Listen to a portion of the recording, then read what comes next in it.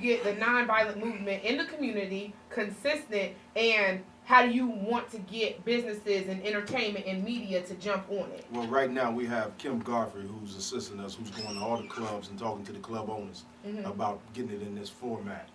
When somebody comes down here to this city, this is what they have to contribute to our city.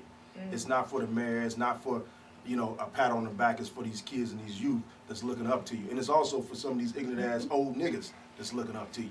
Right. So this is where we starting at. And just like Ceasar said, that's just a start. Right. We're also doing radio shows. We're doing things on the news. We're doing a call-in center. So we're showing people, not just a record label. We're not just that. We're not just a group of people. We're people with a cause who care about the community and the people in our city. And it's not just city that we've been asked to come to. We've been asked to come to London, England. We've been asked to come back to LA.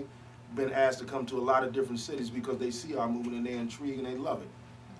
So with you doing 20, you said 20 years, right? 20 years straight, baby. So with you doing that, like, how did your outlook change on loyalty and honesty? Because a lot of people who get involved in gangs or situations like that, like you said, they're lacking home life, they're lacking fathers, they're lacking mentors, and they're looking for people to be loyal to. Like, how did your opinion on that change? Because I mean, versus being 21 to 41, it's gonna be different. You're right to sense, boss lady, but I still deal with loyalty and trust with a person. When I meet a person, I got to trust them and know they're loyal. And as far as giving to the streets, I'm gonna give to my family. My family consists of people around me that I know care for me genuine, who's on the move that I'm on. I used to be the shoot 'em up guy. That ain't cool. That ain't nothing to hip, nothing to be praising or talking about.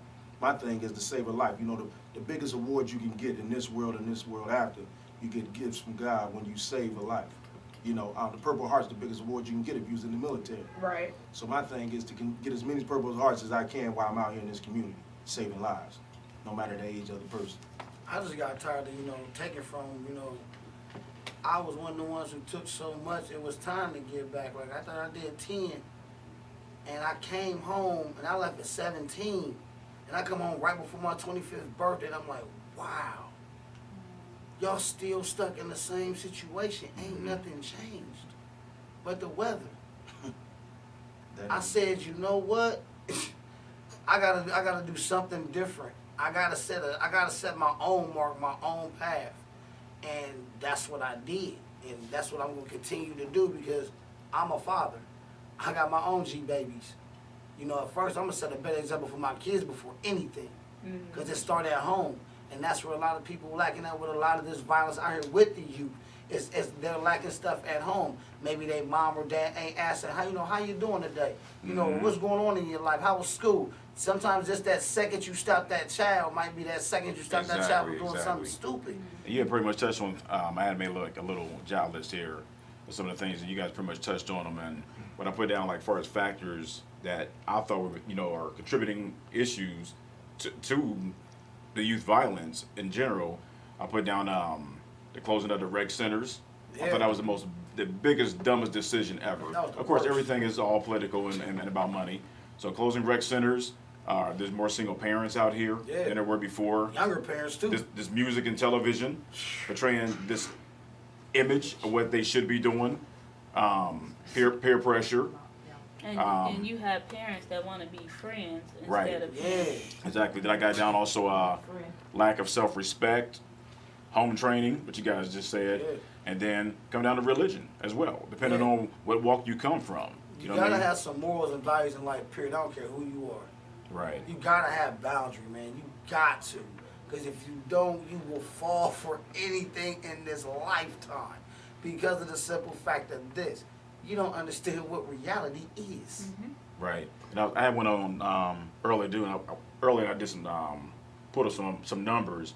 So just in 2013, and this is just with the black males, 12% were between the age of 0 and 19.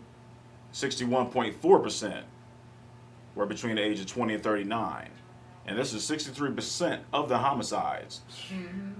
This here. And that's entirely too much. And then... That's retarded. Yeah, hold on one second. It's crazy out here. And then... Do you know the leading cause of death for Black Americans? 76%, according to their stats, were for shootings, and the 9.6 was stabbings. Do anybody know off the top of your head the leading cause of death in the black community? Poverty. I'm just saying, like, AIDS probably setting the men's and violence. Yeah. And we chase it every day. Unprotected sex and playing with guns. Mm-hmm.